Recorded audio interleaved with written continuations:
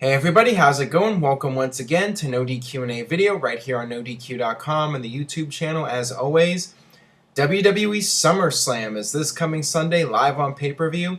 Make sure you stay tuned to NoDQ.com for all the very latest, and we will have you covered all this weekend for SummerSlam. With that being said, let's get right down to your questions via formspring.me/AaronRift. First one today comes from B. Moo Hall. Hi Aaron, really enjoy all of the content. What do you think of Randy Orton aligning himself with The Shield and with their help cashing in on John Cena or Daniel Bryan at SummerSlam?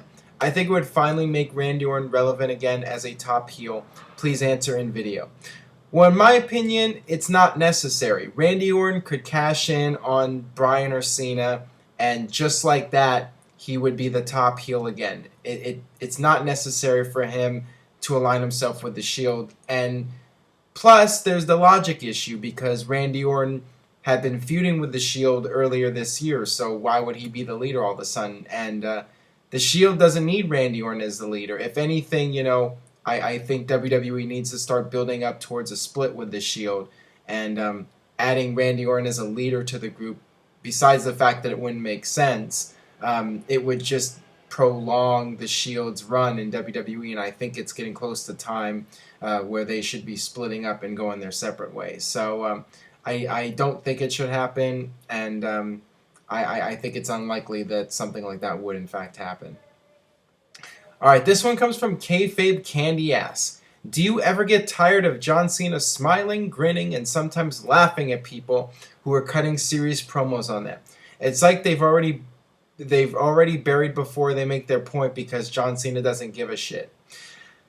Yeah, that's definitely an issue with the John Cena character, the fact that nothing gets to him, and I think that that's one reason why fans don't like the character, because you like to see the strong points of a character, but you also want to know that they have a weakness. And with John Cena, he's constantly rising above the hate, and he has no flaws, and he's Superman and all that, and fans resent that. So sometimes it's good for a character to have flaws and make them human. But WWE books John Cena larger than life, and he's the Superman of the company, and he's the guy that is the flagship. So they're gonna do what they're gonna do. But yeah, it would be nice every now and then for John Cena to show some sort of weakness and be offended by something. And actually, they did do that. In defense of the segment on Raw this week, I know I was critical of that segment. They did show a little bit of John Cena getting frustrated, when he was called a parody by Daniel Bryan. So I mean that was one thing I thought was okay about that segment. Alright, this one comes from the Chaos 96. Hey Aaron, love the show, best wrestling channel on YouTube. Thank you for that. Just wanted to know what you thought of the first Money in the Bank match from WrestleMania 21 in 2005. I believe it was great and helped excel Edge to the main event scene. I totally agree with you. I think that was a tremendous match. I was there in person at that WrestleMania, and it was a really fun match. I mean, it was about as good of an undercard match as you could ask for. A whole bunch of guys that are in the mid-card trying to reach that next level going out there and trying to make a name for themselves at the biggest show of the year. And it really set the bar very high for the Money in the Bank matches, and that still stands out to me as one of the best of the Money in the Banks. I remember Shelton Benjamin running up the ladder. I mean, that was a really cool spot right there. I mean, just seeing that in person was really spectacular. And of course, Edge winning it and getting the big win, and that would be the start of his rise to the top in WWE. So I mean, that was a very significant match in WWE history. So I was glad that I was there in person and got to see it all unfold. Alright, this next one comes from Anonymous. Do you think fans are legitimately right in being worried that the WWE title match at SummerSlam is more about furthering the McMahon storyline than pushing Daniel Bryan? Yeah, there is a legitimate concern there. The fact of the matter is that the McMahon storyline right now is what WWE's building up to be the main storyline at WrestleMania. So, unfortunately for Daniel Bryan, it's quite possible that he will get pushed to the side. Even if he wins the title, I could see the focal point of Raw's in the next several months being built around the McMahons and the WWE title and Daniel Bryan. Should he win, that'll be secondary. So, I mean, I think fans are just going to have to get used to that.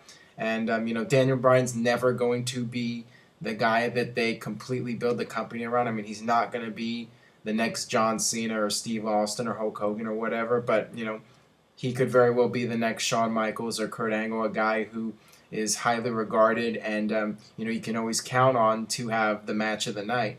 So I mean, Daniel Bryan will be at the top from this point forward in WWE, but he's never going to be the number one guy. And when it's all said and done, WWE is going to do what they feel is best for business. And the McMahons in the main storyline, say what you will, but that attracts the casual viewers, and that's what's going to get the most attention. All right, this one comes from John316 with all the funky threes in his username. Hey Aaron, what's the word on Brock Lesnar's contract? How long is he still going to be around? He seems to be enjoying his comeback. Do you think he can do this Paul Heyman in the storyline? Please answer in video. Thanks. Well, he's enjoying it because he's making a lot of money, not having to do all that much. The word right now is that Brock has got a contract where he's working 3 pay-per-views a year, and he already did Extreme Rules, and he's doing SummerSlam, and then the third one would be WrestleMania. So it's quite possible that after SummerSlam, we will not be seeing Brock again until probably January when the WrestleMania build begins. But as far as him signing another contract, I mean that would be that would have to do with WWE, and if they're willing to pay him the amount of money that he would want and the amount of dates that he would want. But if WWE feels they're getting value out of him, I could very well see them signing him to another deal. But we'll have to see how the SummerSlam buy rate does, because if the buy rate doesn't do well for SummerSlam, I mean, WWE's spending a lot of money on Brock Lesnar and not getting a lot of return on their investment. So it's important that SummerSlam does a big buy rate if Brock's going to be signed to another contract after WrestleMania 30. All right, this one comes from STate01. Do you think WWE will release a best of FCW DVD? Please answer in video. No, I don't see that happening, and the reason is that if you're a casual fan or even somebody who doesn't watch much wrestling at all, you walk into a Best Buy and you see something that says FCW on it, you're going to be like, what is that? It's just not something that would work out from a mainstream marketing perspective.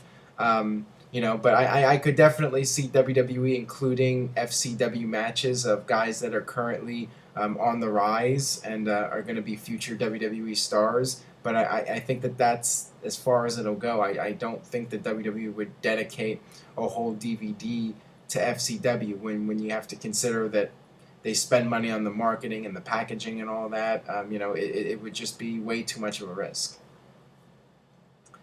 All right, last one today comes from the Jobber Nation, or the Jobbinator, excuse me. Hey Aaron, when you first saw Daniel Bryan on NXT back in 2010, how far did you initially feel he would go in WWE? And what has changed since then? Please answer in video. Well, I figured that if Daniel Bryan could get his foot in the door in WWE, that he would become a superstar. Maybe not a top superstar, but I always feel that the cream rises to the top, and Daniel Bryan's one of those guys that is one of the best wrestlers in the world, and if he's just given a chance to do his thing, he could light the world on fire. And by the time he signed with NXT and was actually on television, I felt that was a good sign that he would have a regular job. And actually, the thing that really made me realize Daniel Bryan would be a factor in WWE was when they actually released him, and there was this huge outrage on the internet. Everyone was so upset about it, and they lashed out at WWE, and WWE had no choice but to hire him back a couple months later, once the heat died down from that whole necktie deal with Justin Roberts. So when they brought Daniel Bryan back, I knew that they saw something special in him. Otherwise, they wouldn't have brought him back. And they knew that the fans really liked him a lot, and there was a lot of potential with him.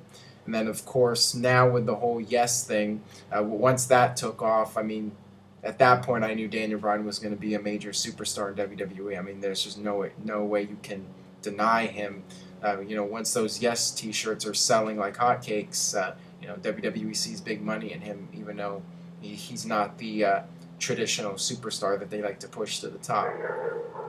All right, that'll do it for this edition of No DQ&A video. Thanks as always for watching. Subscribe.